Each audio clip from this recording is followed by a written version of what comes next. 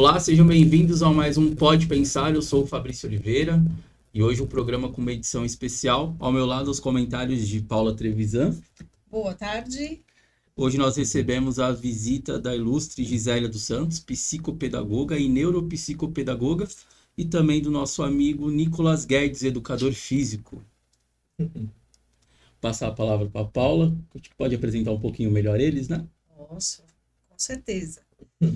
Gisele é uma grande amiga, uma profissional de excelência, cuida há muito tempo da questão de transtornos educacionais de crianças na cidade, né? Crianças, jovens e adultos também.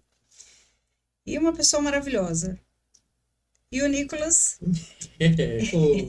ex-aluno, uma pessoa maravilhosa, com um coração imenso, que foi para o caminho da educação também e se tornou um grande preparador físico. Sim. Né? Trabalhando atualmente com algumas crianças inclusivas, né? Pessoas atípicas hoje. Então, sejam bem-vindos ao nosso programa. Vou começar então pela Gisélia. Gisélia, psicopedagoga e neuropsicopedagoga, é isso, né? Isso. Então, veio um pouquinho, mas saiu. Explica pra gente um pouquinho sobre as duas, de relação das duas funções, das duas profissões. Explico sim. O que é psicopedagoga? A psicopedagoga é um profissional que trabalha com as dificuldades de aprendizagem, os transtornos de aprendizagem e as defasagens de aprendizagem. A neuropsicopedagoga, ela também faz essa função, mas ela tem mais uma avaliação para trabalhar com atenção, memória e concentração.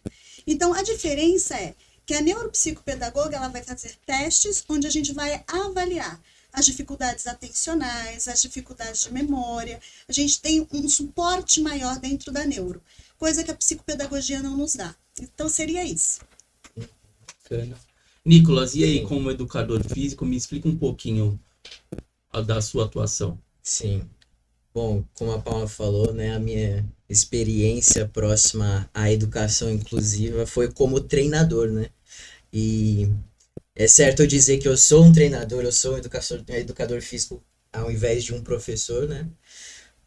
Não só pela questão do curso, mas aí a minha escolha do curso, né, como bacharel e a ingressão, né, dentro dessa área, né, de serviço, é direcionado ao desenvolvimento do condicionamento físico a diferentes circunstâncias e diferentes modalidades, né? E aí, dentro do contexto da inclusão, foi uma experiência muito válida, foi uma experiência muito diferente e muito legal, lógico, com certeza muito legal, para compreender o desenvolvimento físico e psicomotor, né? A minha atuação da educação física nessa área foi direcionada ao desenvolvimento psicomotor infantil, né, para crianças neuroatípicas. E, bom, creio que seja isso. Paula, agora ficou a minha dúvida. O programa Pode Pensar de hoje, o que tem a ver neuropsicopedagogia, pedagogia e bacharel? E educador físico, né? Tem tudo a ver, não tem? Explica pra Tudo a gente. ver. Na verdade, todos lidam com a parte cognitiva e cuidam de pessoas que merecem serem vistas com um olhar diferenciado e com cuidado diferenciado. Então, a gente tem que levar esse conhecimento para todos, porque o que não dá para ficar é as pessoas sendo rotuladas e desqualificadas. Então, essas duas pessoas que estão aqui na minha frente, na nossa frente aqui, trabalham muito no desenvolvimento para mostrar que todo mundo tem o potencial e todo mundo consegue chegar onde quiser, né? Desenvolvendo aí. E perguntando para vocês hoje, é fundamental que esse conjunto aconteça? Na prática, vocês recebem diariamente, faz esse atendimento? Conta um pouquinho pra gente como funciona. Nossa, com certeza. Não, pode falar. Minha experiência e meu contato, né, com essa área e a preparação que eu tive dentro do meu curso foi muito perceptível como crianças neuroatípicas podem manifestar dificuldades em diferentes circunstâncias, em diferentes aspectos. Não só, igual você falou, num rótulo, né, numa característica específica, numa caixa fechada como se fosse um checkzinho para identificar, ó, a criança neurotípica tem isso, a criança neurotípica tem aquilo outro, e aí você tem uma lista de check, quando a criança apresenta, você consegue identificar, mas isso é muito diferente dessa perspectiva, isso é totalmente fora disso. E a minha percepção disso foi que dentro da área da educação física foi perceber como que o neurodesenvolvimento afetou o desenvolvimento físico e motor em diferentes aspectos dentro da psicomotricidade, por exemplo. Porque crianças com demandas pedagógicas, né, com necessidades pedagógicas, tinham características em dificuldades X no aspecto motor. Mas uma outra criança com a mesma necessidade pedagógica tinha uma necessidade Y no aspecto psicomotor. Então, no meu contexto de trabalho, foi muito necessário ter diferentes perspectivas profissionais mesmo. Por exemplo, psicopedagoga, fisioterapeuta. Eu trabalhei dentro da clínica como o educador físico na perspectiva da educação física, e essas diferentes perspectivas conseguiam apresentar um plano, né, para atender a essa necessidade. Então, sim, tipo, é tudo ligado, não tem como dizer que tu não consegue observar uma coisa em distinção da outra, né? Claro, existe a necessidade, por isso, de se especializar num tipo de aspecto, né? Numa coisa onde você consiga atender aquilo, entender melhor como você vai atender aquela demanda. Mas não tem como haver essa distinção, né? Essa separação. Por isso existe, né, esse trabalho em conjunto, e com certeza Na sua área, melhor. né? Na minha área, é fundamental que nós especialistas, como o psicopedagogo, o neuropsicopedagogo, o neurologista, o próprio médico, o professor, estejam todos juntos conectados. Porque a criança com uma demanda de uma necessidade educacional especial, ela precisa que cada um olhe para ela com o olhar da sua necessidade. Então, vamos falar assim, dentro da psicopedagogia, né? Vamos falar das dificuldades de aprendizagem. Se eu tenho um aluno que tem dificuldade de alfabetização, uma coisa bem simples, né? Que não é simples, mas assim, alfabetização. Quando a gente vai falar de alfabetização, a gente tem que ver vários pontos, como foi o desenvolvimento neuropsicomotor, se essa criança ela engatinhou, são processos de movimento que aí entra o educador físico, que é fundamental desenvolver para que eu possa desenvolver a alfabetização. Por que o processo de desenvolvimento? Porque essa criança ela tem que saber sobre o corpo dela dentro desse espaço, né? Ela primeiro tem que fazer essa leitura. Onde eu estou, se eu caibo ali, se eu não. Primeiro vem esse aprendizado. Independente de ser uma criança neuroatípica, todos nós precisamos disso. E a criança neuroatípica, muito mais. Né? Por quê? Porque tem um desenvolvimento, vamos dizer assim, mais devagar, mais lento. Mas isso simplesmente acontece. Então, o que a gente precisa ver? Nós precisamos entender que todo mundo é importante nesse processo. O professor, principalmente, essa conexão com o especialista, a gente poder olhar e falar qual é a demanda que ele tem aqui com você, o que eu posso fazer aqui no meu consultório, como que a gente pode ajudar essa criança, né? Então, quando a gente fala dessas áreas ligadas, a importância não é só dos profissionais como professores, mas a família também. Então, entra também um outro fator, que é a família, que tem que estar conectado com todos esses profissionais, para que essa criança se desenvolva cada vez mais. Então, seria isso. Não sei se eu consegui responder. Desculpa, mas é algo muito importante isso aí que você falou da família.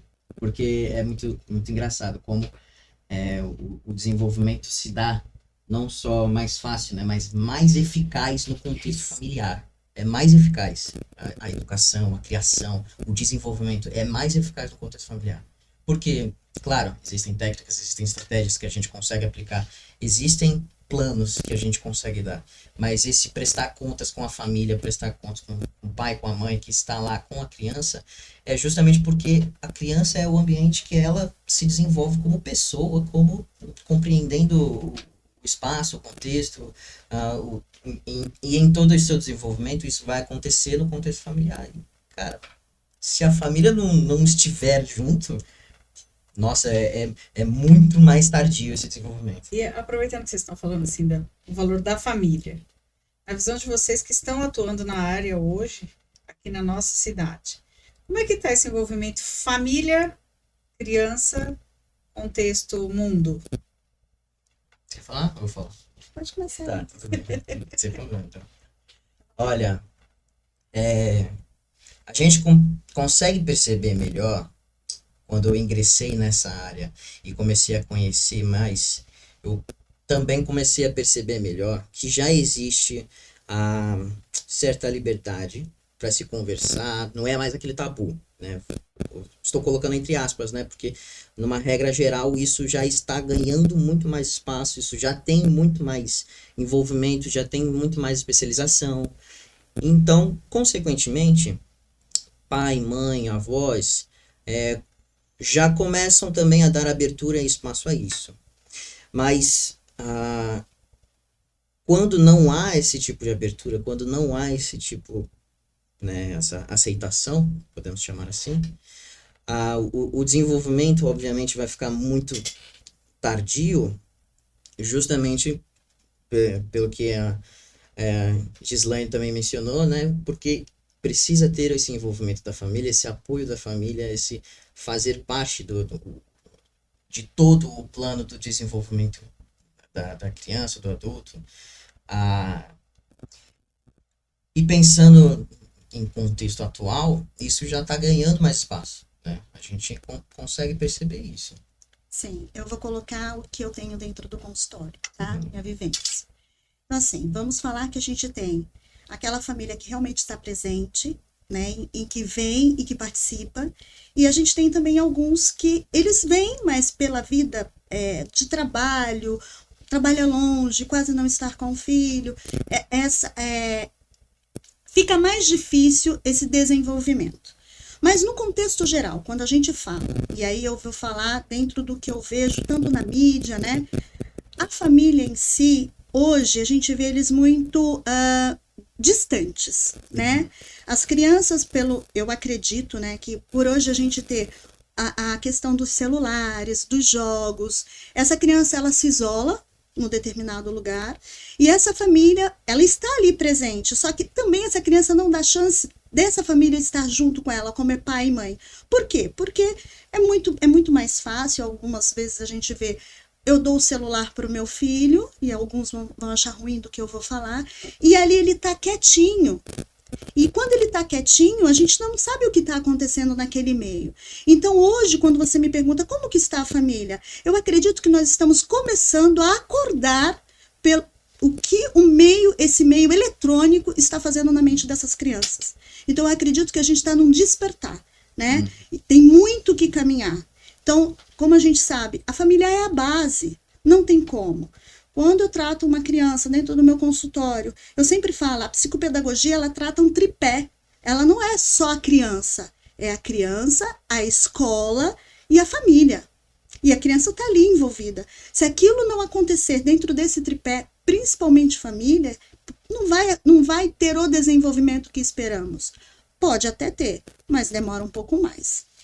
Paula, você puxou o assunto da família pra gente falar aqui e aí me veio uma dúvida. Ainda nos dias de hoje existem esses casos de negação por parte da família de um diagnóstico? É comum ainda? É comum. Muito comum, né? Hoje tem muita gente que fecha os olhos para o seu problema e joga a culpa para o outro. E delega ao outro a função que é dela.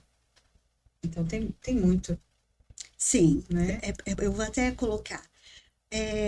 Olhando para um lado, o porquê a gente tem a negação de um diagnóstico.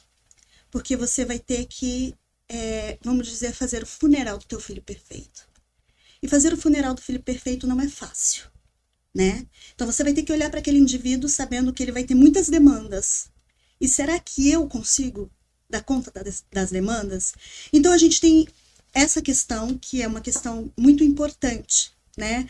Mas quando algumas pessoas levam um tempo para aceitar o diagnóstico, e aí a gente tem que tomar muito cuidado, porque há um tempo atrás a gente falava muito assim, né? O diagnóstico é um rótulo. Peraí, depende a mão para quem você dá esse rótulo. Porque o diagnóstico é a nossa direção. Então, a gente não pode olhar o diagnóstico como um rótulo. A gente tem que olhar o diagnóstico, nós profissionais da área, olha e fala assim, eu tenho um TDAH, eu posso fazer isso, isso e isso. Eu tenho um autista, eu posso nisso e nisso. Porque cada um tem a sua demanda. Então, quando a gente fala dessa questão, não sei se a Paula concorda comigo, da não aceitação, eu acho que a gente tem que ir muito lá atrás, né? A gente também tem que cuidar desses pais, a gente também tem que pegar, a gente também tem que acolher, porque não é fácil. Falar para vocês que é fácil trabalhar com as dificuldades, com os transtornos, não é fácil. Tanto para os profissionais envolvidos, quanto para os pais, os familiares, né?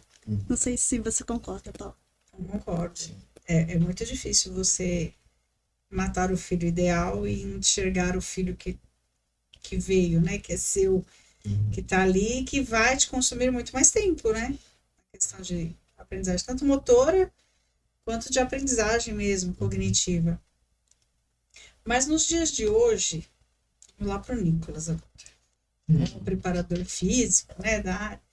Nos dias de hoje, a gente está começando a engatinhar um processo de desintoxicação eletrônica das nossas crianças, dos nossos jovens, né? Porque eu acredito que nós demos uma demanda muito grande para eles e a questão física deles, motora, tal, está prejudicada. É isso mesmo? Nossa, prejudica demais, demais. Eu não sei se quem assiste e vocês já se depararam com alguns exemplos vistos na internet que as crianças já não conseguem abrir o Danete, né, o Danoninho. As crianças já não conseguem fazer alguns movimentos, né, movimentos específicos assim como esse, né, exemplo desses, né, de motricidade fina e tudo mais. Por quê? O contexto, né, eletrônico, o uso de celular, o uso de tablet, aonde tem um grande estímulo de fácil acesso, sem exigências, aí falando da minha parte, sem exigência física, aquela enxurrada de estímulo já supre a atenção da criança, já supre o que ela deseja. Se ela não tem nenhum estímulo motor para fazer aquilo, para alcançar essa satisfação, isso vai condicionar o corpo dela a cada vez menos utilizá-lo. Vai condicionar o estímulo dela para aquilo que é mais fácil mesmo. E isso tem a ver, nossa, tanto com o uso de eletrônicos, né, o desenvolvimento, né, o avanço tecnológico, não só no uso de celular, mas em diversas outras coisas. Um exemplo disso é quando a criança tem uma dificuldade quando, por exemplo, ela se acostuma a usar um andador, e aí, usando o andador, quando tira aquilo, a criança se condicionou a aproveitar o andador. Claro, foi avançado um projeto para acostumar a criança a estar de pé, a mover os pés e tudo mais. Só que aí, a criança, quando tira aquele andador, ela se acostuma a ficar sentada ou somente ficar engatinhando. Então, assim, o avanço tecnológico, né, não somente na área de um celular, né, no uso de um celular, mas o uso de diversas outras coisas, facilita para a criança cada vez menos, facilita a criança para não condicionar o seu corpo, o uso do seu corpo e o desenvolvimento físico da criança é basicamente o que ela começa a fazer na vida. A primeira coisa que ela faz é se estribuchar, é se bater, é começar a chorar ali naquele momento. E ali, a primeira coisa que a criança faz no começo da vida é movimento. É movimento. E quando isso vai se restringindo com algumas coisas, principalmente no contexto do desenvolvimento infantil mesmo, quanto mais cedo, quando isso vai se restringindo mais cedo, mais tarde isso, nossa, tem proporções muito maiores que são muito mais difíceis de lidar, de retroceder, de ter que trabalhar. Então, sim, é real essa dificuldade. Essa percepção muito mesmo. real, claro, com certeza. Eu atuo na área da educação, né? Hoje como coordenadora, mas dei aula um bom tempo. E o que eu estou sentindo hoje com esse avanço da tecnologia, de TVs, de celulares e tal, é que os nossos jovens estão parando de ser pensantes. Eles perderam o poder de raciocínio. Eles perderam o poder de interpretação. É isso mesmo? É isso mesmo. O que tem chegado muito no consultório? Adolescentes, já no ensino médio até, né, do 8º, 7º, 9º ano, que não sabem interpretar um texto. Que não sabem, por exemplo, ele pega um texto simples, de poucas palavras. Vamos lá, 70 palavras. Eles não conseguem dizer para você o que quer dizer aquilo. Por quê? O que isso, né, está acarretando? Quando eu tenho ali a minha informação que chega muito rápido e que eu não tenho que pensar, eu tenho aí menos movimentos no meu cérebro, né? Essas conexões neurais, as sinapses, elas acontecem, mas elas acontecem, vamos dizer assim, com menos frequência. E o cérebro tem sim uma tendência a não querer pensar, porque ele quer economizar energia. Então, o que seria importante que nós poderíamos olhar? Voltar a ler. As pessoas precisam, essas crianças precisam voltar a ler. Mas a gente também tem uma outra questão. Que tipo de leitura a gente pode dar para essas crianças hoje? Né? Porque o mundo da internet, elas leem a primeira parte, o restante elas não leem mais. E eu hoje tenho crianças que falam para mim, tia, eu não consigo escrever. Onde vai chegar? Eu não consigo passar o meu pensamento para o papel, porque eu não conheço palavras. É isso que tem acontecido. E isso tem a ver com as duas atividades, né? Nossa, porque a gente trava aqui o pensamento e eu travo o motor. Ela falou um negócio muito importante. O nosso corpo é tendencioso a economizar energia. Uhum. Em qualquer circunstância, todos os aspectos. Nosso corpo é condicionado a economizar energia. A gente quer. Por isso que é muito fácil a gente engordar. A gente engorda muito fácil. Ele falou uma coisa aqui da coordenação motora fina. Hoje, devido ao uso dos eletrônicos, as crianças estão escrevendo cada vez menos. Mas a gente ainda tem, né, por mais que queiram ou não queiram, todo mundo vai começar a ler e a escrever. E não tem outro caminho a não ser movimento de mão. Então, o que ele fala dessa coordenação motora fina?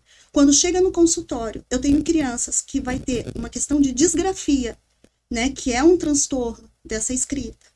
Por quê? Porque ela não teve movimento, ela não sabe, esse cérebro não aprendeu movimentos.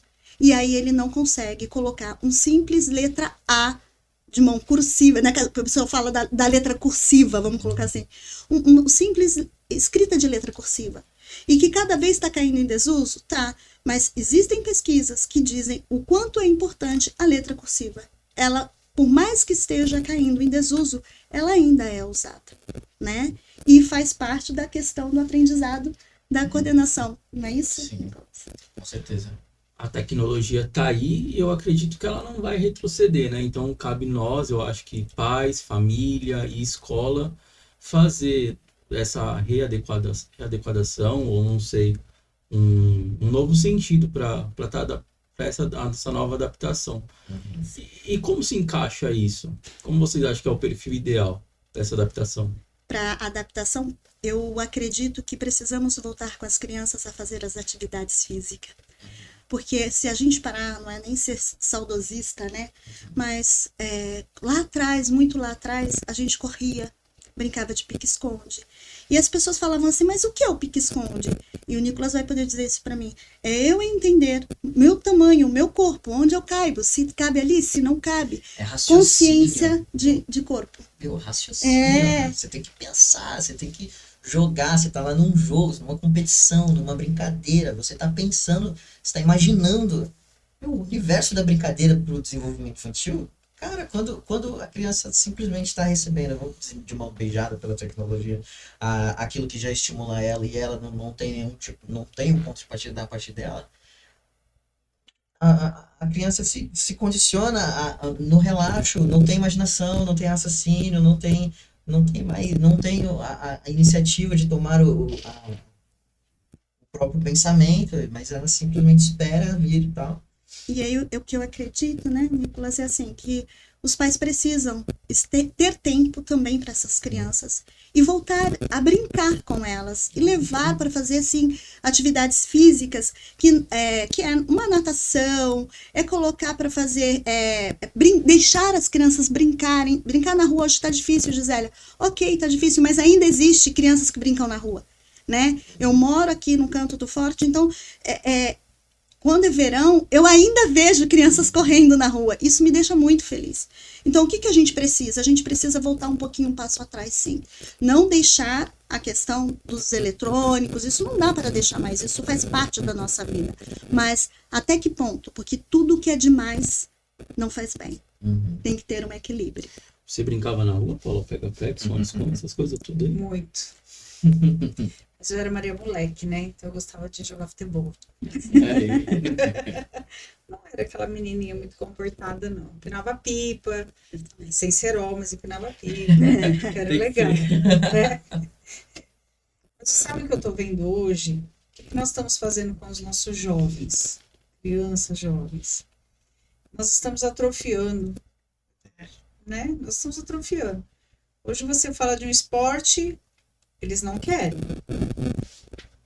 Né? Você fala dele, aí você fala assim, mas você tem que estudar, indo para o lado do estudo, tá? Não, mas a gente estuda, a gente lê, tudo pelo celular. E aí uma das brigas que eu tenho muito com os adolescentes, né? Você vai estudar, faz cópia, treina, movimento psicomotor da mão, induz o cérebro a memorizar aquilo que você está escrevendo. É certo isso? Estou ensinando certinho? Sim. Tá, sim. O cérebro, ele compreende muito melhor, ele até mesmo cativa, né, as informações muito melhores quando isso é replicado. E replicando, né, o processo de caligrafia, né, do aprendizado de escrita, se compreende assim, a criança entende o que é a letra A quando ela, repetidas vezes, vai lá fazendo o que é o A. A, aí vai B, aí é o A, aí o B, aí o C, então ela vai aprendendo isso, o processo de escrita, o movimento, né, o desenvolvimento motor, ele tá, por isso, eu volto na mesma coisa do começo, né, não existe distinção, isso está relacionado ao desenvolvimento cognitivo.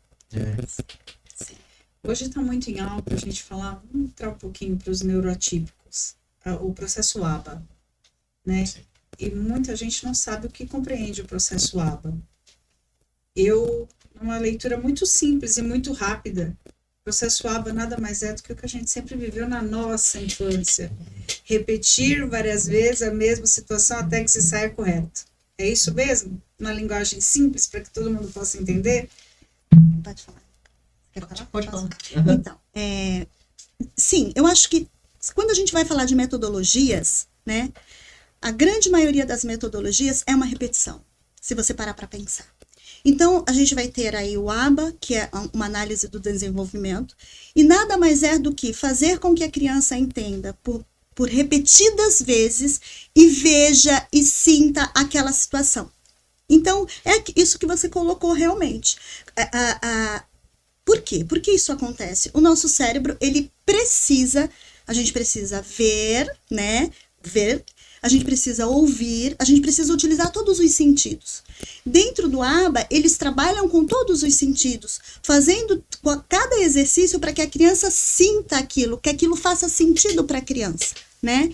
Então, eu também coloco nessa questão do processo ABA, essa metodologia onde a criança precisa olhar, ver, sentir e fazer. Né? De forma bem simples. De uma forma simples, para que todo mundo entenda. Sim. E dentro desse momento de aprendizagem, lá na parte motora, né, quando a gente faz um exercício, está certo a gente recompensar quando está certo, ou está certo recompensar quando está errado, que é o que a maioria das pessoas fazem? Bom, calma. Então vamos entrar até aqui no assunto. Adoro colocar em saia saia justinha, deixa eu beber uma água aqui. Bom, é inegável que a gente hoje lida com crianças hiperestimuladas, transliterando, hiperreforçadas, né? Com algo que vamos pensar que uma criança ali, num mínimo de esforço, conseguir abrir no meu desenho e fico no meu desenho. Eu gosto do meu desenho, estou ali usufruindo, aproveitando do que eu estou gostando ali. Isso está sendo meu estímulo. O que eu fiz para ter esse estímulo foi nada, foi passar um dedo. Passar um dedo foi clicar. Então a gente está num contexto onde as crianças são hiperestimuladas com pouco esforço. Elas são, vamos dizer assim, transliterando, recompensadas ali com um pouco esforço que ela teve. Então, acaba sendo adequado nas circunstâncias onde a gente conquista algo das crianças, né? A atividade, algo que ela faz, e aí dentro do processo de desenvolvimento dela e ela conquista, faz-se adequado a gente recompensar, sim. Mas na mesma medida, eu entendo que faz-se adequado a gente recompensar da maneira devida, óbvio. O fugir desse desenvolvimento, o fugir do planejamento, quando ela não conquista, quando ela não age em prol do desenvolvimento dela, e aí esse recompensar da maneira devida é obviamente tirando, é obviamente não recompensando, é estimulando da maneira correta ali ela voltar dentro do desenvolvimento. Por isso é meio polêmico, lógico, né? Porque há quem diga realmente de que um ambiente propício ao desenvolvimento, adequado ao desenvolvimento, confortável para o desenvolvimento é sempre um ambiente reforçador. Mas isso se aplica ao aspecto do erro também. Quando a criança erra, você não vai reforçar aquele erro, você não pode estimular cada vez mais a criança. Não, você vai dar a devida recompensa daquele erro, que é você tira, isso trouxe muitas estratégias ali enquanto eu trabalhei com as crianças neurotípicas, né? Porque a criança ela trabalha de uma linguagem muito mais simples. Então ela vai entender que aquilo não foi certo ou que aquilo não deve ser feito quando eu tiro algum tipo de reforçador. Então ela tem essa linguagem mais simples e ela compreende melhor quando ela é devidamente recompensada por aquilo que fez. Mas aí a gente pode falar até não só de crianças neurotípicas. Isso crianças, hoje, crianças e jovens, eu sei porque eu tenho uma de 11 anos, né? E dentro da parte física dela, a gente sempre trabalhou muito assim. Ela faz, a gente valoriza o que fez. Ela não faz, a gente não valoriza e chama para conversa. E aí, quando às vezes se perde, né? Um celular, uma televisão, dá aquela, né? Sim. Isso é correto, isso não é correto na visão de vocês? Fazer esse tipo de colocação, valorizar o que é legal, Sim. mas tirar algo quando não se produz, uma pessoa sem ser neurotípica. Tá, vamos falar sobre a recompensa. De modo geral. Vamos falar do modo geral, né? O grande problema hoje que eu vejo é que é muito trabalhoso dizer não. É muito trabalhoso eu frustrar a minha criança, porque eu vou ter que lidar com gritos, com birra, com a porta que vai bater e etc e tal, né? Eu não te amo mais. Que eu não te amo mais, você é a pior mãe do mundo, o pior pai do mundo. E aí eu vou falar assim, quando a gente está com um ser pequeno nas nossas mãos, nós estamos criando um ser para se tornar um adulto. E aí eu vou para uma outra pergunta, né? Como também formada em filosofia, a Dora Maêutica, a gente, quando está tornando essa pessoa um adulto, no mundo adulto, quando você não faz por merecer, você tem? Não. Não mesmo. Não. E aí, o que a gente tem que tentar entender é que esta criança vai se tornar o adulto de amanhã, e esse adulto talvez também vai se tornar uma pessoa que vai governar o meu país, uma pessoa que vai ser um vereador ou um deputado, etc e tal, ele também vai ter um papel importante dentro da sociedade. Ele vai ser um professor, um policial. Então, nós estamos trabalhando as questões morais, éticas, caráter. Isso a gente tem que tomar cuidado. Então, quando recompensar? Quando merecer. A recompensa, que aí vamos falar de castigo, e eu não chamo de castigo, mas de consequência, né? Então, assim, hoje você pode... E aí eu não acho saudável. Uma criança que fica com o celular na mão o tempo todo. Eu tenho crianças dentro do consultório que vai dormir meia-noite, 1h, quando não, pega o celular escondido e fica a noite inteira. E vai para a escola sonada. Um cérebro sonado não é um cérebro que aprende, ele não vai aprender, porque ele vai estar no momento de repouso, ele não quer, ele não tem energia para isso. Então, vão vir várias consequências. E aí, o que a gente tem que pensar? A recompensa no meu filho, quando se tornar um adulto, o mundo vai dizer sempre sim para ele? É uma questão que eu acho que a gente precisa pensar em relação. É certo ou errado, como você me disse, né, Gisele, atirar? Na minha visão, é certo. É certo a gente, porque eu não estou criando meu filho para mim, eu crio meu filho para o mundo. E o mundo, ele não vai passar a mão na cabeça. Ele vai ser cruel de vez em quando. Então é por isso. A gente tá falando bastante da criança em si, mas e os pais, como é que ficam com tudo isso, né? Chega lá, poxa, eu vim trazer meu filho aqui, mas eu acho que quem precisava ficar na consulta hoje era eu. Chega esses casos? Chega bastante. Porque eu vou falar, eu acho que todo mundo deveria fazer terapia, né? Eu sou suspeita. E os pais também são seres humanos que também não, porque assim, não se tem manual para ser pai. Não existe um manual. O manual do fulano, o manual do João. O João é assim, né? Não tem. E os pais nada mais fazem do que eles aprenderam. E às vezes as coisas que eles aprenderam, eles precisam desaprender para poder seguir como pais nessa sociedade que impõe tantas obrigações para todo mundo. Não é só para a criança, para os pais, para os professores, para todos nós, né? Paula, você tem um projeto que vai estar desse encontro, né? Cuidando de quem cuida. Acho que fala um pouquinho disso. A gente tem aí, tá terminando de montar todo o projeto, que é exatamente nessa visão, né? Porque se delega muito, mas não se cuida daquela pessoa que está recebendo toda essa carga, né? Então, a gente cuida do emocional, né? E de treinamentos, porque a gente não pode jogar tudo. Tipo assim, nós não nascemos sabendo, né? Não tem manual. E aí, a carga vem toda, se vira. E aí, como é que eu faço? Me sufoca, né? Então, a ideia do projeto é esse. A gente traçar caminhos para ajudar, tanto emocionalmente, quanto tecnicamente pessoas, pais, cuidadores, né, e a família de modo geral, a sociedade de modo geral, precisa ser cuidada, precisa ser vista. Eu perguntei se estava certo ou se estava errado, porque eu recebi um questionamento de uma pessoa essa semana, desesperada que a filha não iria amá-la mais se ela tirasse o celular. E aí eu falei para ela, faça isso, tire, você está salvando a sua filha. A minha filha, há um mês atrás, pediu pelo amor de Deus para mim quebrar o celular dela. Porque ela percebeu que ela não pensava mais. E aí estava desandando as notas e, consequentemente, ela ia ter toda a bronca que eu dou mesmo, né? E ela pediu, e aí eu aconselhei essa mãe, mas ela saiu tão destruída, né, da minha sala, como se ela fosse a pior pessoa do mundo em trazer uma realidade. Mas eu acho que é porque nós paramos de viver, né?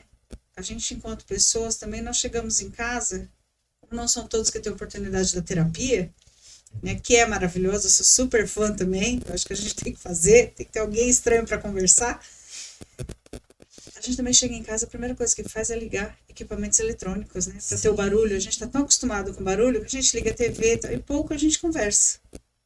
Isso é só comigo que acontece? Não, eu posso colocar um caso pessoal meu mesmo, que aconteceu comigo, e vai ao encontro do que essa mãe chegou para você.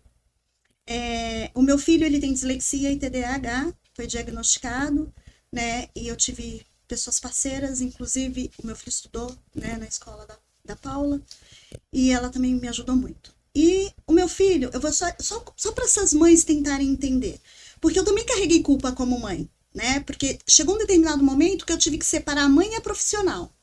E até mesmo meu filho cobrou isso. Você é minha mãe, você não é minha psicopedagoga. E o Lucas era um menino que, como tinha dislexia, tinha muita dificuldade de aprendizagem, e eu inventei de colocar ele no inglês, com 7 anos de idade. E ele falava, eu não sei escrever, como que eu vou escrever em inglês? Tá, combinei com a escola foi uma escola super parceira também. Quando ele estava com 13 anos, já para ir para a última etapa do curso, ele fez uma briga, um escândalo, e para me levar ele no inglês era um parto. E briga, e põe no carro, aquela discussão, durante 7 anos praticamente. Aí na última fase, ele começou a gritar, que não queria, e a Paula sabe que eu sempre fui uma mãe muito Caxias, né? E eu não vou mais para inglês, porque eu te odeio, porque não sei o quê, essas coisas todas que filho fala. E eu falei, então tá bom, então você não vai mais para inglês. E o Lucas hoje tem 27 anos. Há exatamente nem um ano, há um pouco tempo atrás, ele conseguiu um emprego onde ele precisava do inglês. E ele parou o inglês naquela época, ele só ficou nos jogos eletrônicos, que também ajudam o inglês, tá? E aí ele virou pra mim e falou assim, mãe, eu preciso te falar uma coisa. Eu falei, o quê? Muito obrigada por você ter feito eu ir pro inglês, porque eu consegui a vaga que eu sou o único que fala inglês. Só que eu carreguei essa dor. E pra mim foi assim, eu fiz certo. Então assim, a gente também se questiona. Isso também faz parte como mãe. Isso vai de encontro do que a gente no começo veio e conversou. De que a família tem parte nisso, né? E quando a família, ela tá, né, vamos chamar de mal estruturada, né, ou mal condicionada, ou mal orientada para o desenvolvimento, pai, mãe, quando não tem esse parte nisso, essa dificuldade vem por algumas características como a tecnologia. A gente chega em casa, liga a TV, a gente chega em casa e liga o celular. E isso distancia as pessoas. E o ser humano é um ser relacional. O ser humano entra em piripaque se ele vive sozinho, na solidão, não vive com outras pessoas. A humanidade não foi feita para estar sozinha, não. A gente somos seres reprodutores, a gente precisa se relacionar, a gente precisa fazer crescer a humanidade. E o desenvolvimento da humanidade proporciona uma humanidade mais saudável, né? Então, quando pai, mãe, avô, tio está interessada no desenvolvimento do filho, e tem parte no desenvolvimento do filho, toma iniciativa para isso acontecer, com certeza acontece que a Gislaine aqui compartilhou com a gente agora. Pais observando o envolvimento deles na vida das crianças, na vida do seu filho. E isso sendo recompensado, né? Ingressando no ambiente de trabalho e conseguindo ser autônomo nos diferentes aspectos da vida. O cara vive sozinho, consegue viver sozinho, o cara consegue pegar um ônibus, consegue atravessar uma rua sem precisar dar a mão para ele. Então, mesmo que em pequenos exemplos como esse, mas são conquistas. É o desenvolvimento da criança que está acontecendo. Porque ali o pai e a mãe tiveram essa iniciativa. Eu sinto um pouquinho de falta, Paula, desse assunto, desse bate-papo que a gente está tendo hoje aqui, chegar de fato nas pessoas. Porque a gente vê um grupo pequeno, com muita informação, e um grupo gigantesco só pincelando as coisas, entendeu? Como que você vê isso? Como é que de fato esse conteúdo todo vai chegar nas pessoas e vai de fato mudar a vida daquela pessoa que trata lá com uma criança atípica, que talvez não tem condições de estar num grande centro de inclusão ou não? Na verdade, a gente precisa disseminar mais, né? Espaços, conhecimento, locais para esses encontros, sem visar a parte lucrativa, né? A gente precisa levar conhecimento, levar cuidados, porque nem todo mundo tem condições, né? Uhum. E a população que precisa desse conhecimento, que precisa desse cuidado, ela é muito grande. Então a gente precisa conseguir meios, maneiras, por órgãos públicos, por ONGs, de que a gente consiga trabalhar e levar esse cuidar, né? E aí vem de encontro com o meu projeto do Cuidando de Quem Cuida. Né? Que é fundamental a gente levar essa condição. O interessante é que isso acontece na época onde a informação corre a 300 milhões de quilômetros por hora. Como é que existem pessoas desinformadas? Gente do céu. Tipo, Mas sabe assim, o que é, Nicolas? É que muita coisa chega, mas chega pela metade ou chega distorcida. ou chega... Chega da maneira que eu Aham, quero que ela sim, chegue. isso E não mesmo. da maneira que vai trazer benefício para a comunidade. Não é? É, Sim. claro. Quando a gente fala de comunicação, a gente... O que é a comunicação? A comunicação, ela realmente ela é uma troca. Mas, às vezes, essa troca... A comunicação, ela também faz você persuadir, né? Então, o que eu quero que aquela pessoa saiba? Existe uma manipulação nessa questão da comunicação. E quando você não tem o conhecimento, porque você não teve oportunidade, ou talvez, e eu escuto muito isso também, tá? A gente tem uma população que não tem e uma população que não quer. Nós temos os dois nichos. Quando a gente tem uma população que não tem, ela vai ser muito mais fácil ser manipulada. Do mesmo jeito que eu tenho uma população que não quer, que também vai ser manipulada. Porque a comunicação, o conhecimento, ela faz você abrir mente, expandir a mente. Então, a gente tem outras questões também envolvidas quando a gente fala em relação de levar esse conhecimento, a mídia, o que traz para você. Você tem que tomar muito cuidado, Sim. né? Eu ficaria aqui mais umas 2 horas. Foi 1 hora de programa Já? tão rápido, né? Tanto conteúdo, eu acho que a gente já pode sair daqui hoje com o próximo. Adorei essa parceria aqui hoje. Gisele, então eu deixo para você as considerações finais. O que você achou? O que você quer colocar um pouquinho aí pro pessoal que tá em casa? Bom, eu adorei estar aqui participando com vocês, né? Fico muito feliz porque tem tanta coisa aqui dentro guardada que eu gostaria de passar, né? Experiência dentro do consultório. Eu acredito muito que programas como esse precisam sim vir para que mais pessoas possam tomar conhecimento do real conhecimento, do verdadeiro conhecimento. Até mesmo para que elas possam saber como buscar, o que fazer, né? Eu acredito muito também que... Gente, estou com... Eu acredito muito que quando a gente trabalha com o conhecimento, a gente dá oportunidade dessas pessoas mudarem. Mudar é fundamental, né? Saber, quando a gente falou dos pais, a gente precisa acolher esses pais, sim. Porque é muito fácil a gente colocar a culpa no outro, né? Por que não ajudar esse outro a se ver, a se perceber? E quando a gente está falando desse mundo de inclusão, precisa-se de muito conhecimento. As pessoas ainda estão muito perdidas.